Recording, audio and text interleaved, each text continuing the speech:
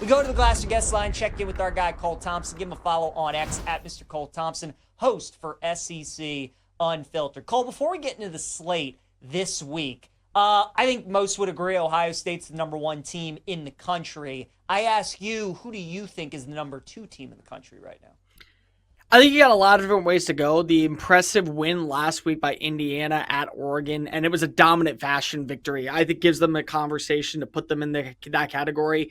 I still lean Miami. I think Miami has shown you that they are the most cohesive, balanced team. The way that they have been able to respond offensively with bad performances from Carson Beck, that allows them to trust their run game, their inability to run the football. It then shows you that you can trust Beck to be able to connect over the top. Malachi Toney is basically this year's Jeremiah Smith with how impressive he has been as a freshman. And then if I were to give away the Heisman Trophy today, Ruben Bain would be my selection. He is a monster in the trenches. He's impossible to guard. He has been truly the difference maker, I think, in the front seven for Corey Heatherman's unit, which has allowed the back end to kind of build its tempo and rapport. It's going to be interesting to see how they close out the season. They had 2 bye weeks in between the win over Florida State. So they basically have the 7-game stretch down the line, including 2 road games that will allow them to figure out how good of a roster they truly are. They also got a trap game on Friday night against Louisville, which could be very interesting. Friday night has been very scary for several teams. But until further notice, I think that Miami has proven enough to where they at least belong in the conversation for number 2, if not even number 1. I think that makes a lot of sense. Most people probably agree. Ohio State, Miami, 2 best teams in the country. Cole, if I would have told you 5 years ago that Vanderbilt was a favorite over LSU, you probably would not have believed me. But that's what we got on Saturday. Vandy laying 2.5 at home. Do you agree that Vandy should be the favorite in this game? And do you think that they are going to win the game? You said Vanderbilt is the favorite in this game, right? They are, yeah. In basketball, right? In baseball. That's what we're talking about. 2 runs, right? Because that's the only way we can... TJ, we live in the Matrix right now, my dude. We saw James Franklin get fired after losing to 2 unranked opponents, and now the Vanderbilt head coach once again is up for the job in State College. No, I completely agree with this line. I think that Vanderbilt has been the more balanced team. The thing that makes Vanderbilt so dangerous is they win in 3 areas consistently. Time of possession, third down conversion, the ability to run the football. And when you add those things together, those are strengths of where Vanderbilt can capitalize against a very sufficient top 5 scoring defense in LSU.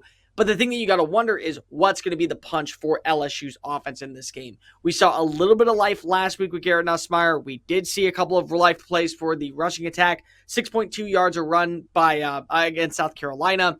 What's going to be interesting is that do we see LSU have a secondary element, and can they attack the intermediate part of the field and even go with the deep shots downfield? Vanderbilt's weakness this season has been defensively in pass coverage. Currently, they are allowing over 252 yards per contest. So if Garrett Nussmeier can win over the top, I think LSU can win this game. But I'm not sure that's going to happen. I actually agree with Vanderbilt in this line. I'm taking Vanderbilt to go not only win, but I'm taking them to cover. Top 10 matchup in Athens, Cole, on Saturday. Georgia and Ole Miss. Georgia laying 7.5 at home. Tell me what you like in this game. And Cole, also like looking big picture, Ole Miss, if they do lose this week and they lose next week at Oklahoma, do you think that 10-2 with their schedule compared to some of these other SEC teams would still be good? Or if you were a Rebels fan, you'd be a little bit nervous there heading towards the end of the season? I think at this point, until the committee proves that they're going to look at strength of schedule, a 10-2 team will always get in over a 9-3 roster. Doesn't matter the conference, doesn't matter what is your overall record, doesn't matter your strength of schedule. I think that they care more so about that pretty double-digit number than they actually care about the quality of losses. So Ole Miss, I still should think is pretty in pretty good standing to make a playoff run.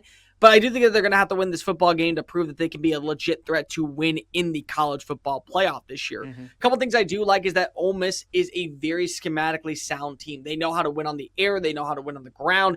They're a very up-tempo team, and Lane Kiffin is a very challenging coach to scheme against. So do not think for 1 second that Kirby Smart has not had a few nightmares over the last several days on what to expect for this matchup, especially against Trinidad Chambliss.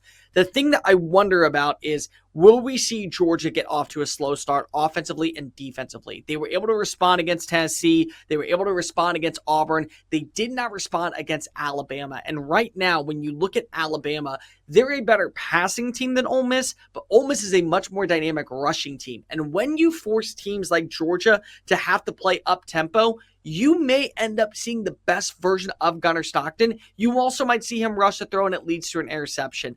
I think this is a four-quarter battle out in the hedges.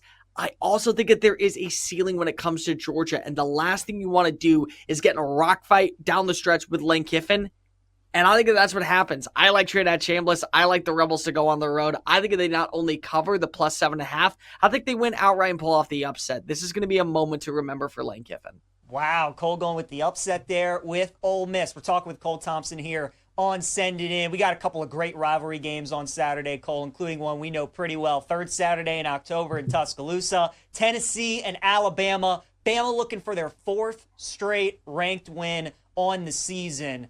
Should be a good one. Bama favored by 8.5. What do you like here? I mean, it's a little disrespectful to Joey Aguilar and company, that 8.5 point line. I mean, they were able to fight back against Arkansas. They were able to fight back against Mississippi State. They were able to jump up to an early lead against Georgia. And as much as we want to talk about Ty Simpson and what he's been able to accomplish up to this point, we got to give a lot of credit to Joey Aguilar coming on in from UCLA, learning an entire new system, and truly being a top 7 to 8 passer in the SEC and a top 15 passer in college football this year.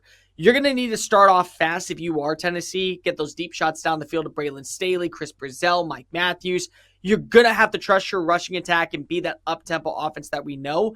But the thing that's really going to separate this matchup, I think, personally for Tennessee, is their ability to rush the passer. They currently are number 1 in the SEC in sacks. They're number 1 in pressure rate, and they're number 2 in tackles for losses. They're number 2 in the country in sacks. So they're going to have to create those opportunities where they get Ty Simpson in 3rd and long, and they are forcing them to punt to get the ball back to the offense. Here's the only thing, PJ. It's a night game in Tuscaloosa, and it's the 3rd Saturday in October. You and I both know as well as anybody else, people in Alabama do not like Auburn. They do not like Georgia, but they loathe Tennessee. They love nothing more than to beat up on that puke pumpkin orange left and right, and that's what I think actually happens. As much as I do think Tennessee is a good team, I think Alabama's better. I'm taking Alabama to win and actually cover in this one. I always tell people, Cole, obviously the Iron Bowl is the Iron Bowl, but you'd be surprised at how much they hate Tennessee. There's a lot of people that hate Tennessee more than they hate Auburn. There's a lot of Notre Dame and USC fans that don't like each other either, and that should be a good one on Saturday. Cole, the spread is at 9.5, right? It's just one of those, like, it just feels like it's too high. It feels like maybe Vegas knows something, and Notre Dame could cruise to a 2-3 touchdown win. We know Lincoln Riley's teams have struggled away from home, especially going up against really good teams. Do you think that they can keep this one close against the Irish? Yeah, sometimes Vegas is baiting you to go ahead and make the pick, and other times they're telling you, no, take the money. We want to go ahead and see you win some cash. So what is this line really? I think there's two things that you got to wonder in this game. Number one, are we going to see the matchup of Leonard Moore versus Mekhi Lemon lean in favor of USC? Because when he's on point, he may be the second best wide receiver in college football, only behind Jeremiah Smith.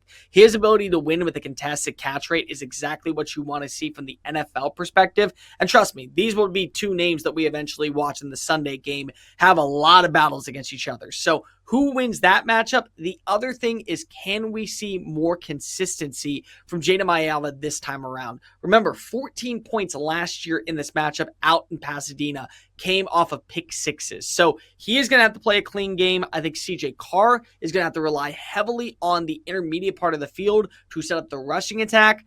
What I just look at currently is that I trust what I'm seeing in the ground game of Jadarian Price and Jeremiah Love. Each one of them can prove they are a lead back. They can take over games. They can make games in their favor. And that's what I think is going to be the big difference in this matchup. Right now, you have a lot of question marks when it comes to the run game of USC. So I'm going to take USC to cover, but I am going to take Notre Dame to win. As much as I do think that this could be a matchup that is a prove-it game for USC, I got to actually see it. I watched what happened when you played against Illinois. You were down big. You fought your way back. You couldn't hold on.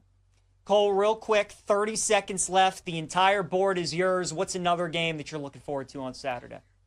I think that Auburn, Missouri is going to be one of the biggest games to watch for because of we're seeing as more and more coaches are getting fired left and right. We know that Billy Napier is on a hot seat that probably is going to be shown the door after Saturday's matchup. But Hugh Freeze has got to show that there is an offensive identity and that you have a second half surge, because one of the things that really bothered me with that matchup against Georgia is after that touchdown was called back, there was no life whatsoever offensively for the Tigers. So they're going to need to have a good game plan. I personally don't think that they will. I think Eli Drinkwitz and company are looking to set the tone on their first road test of the season. Imagine saying that October 18th, they have a road game for the first time in 2025. That's going to be the difference in this matchup. I trust the coaching of Eli Drinkwitz more than Hugh Freeze, and this is why I think Missouri is going to win, and we may see 2 SEC head coach openings by Sunday morning.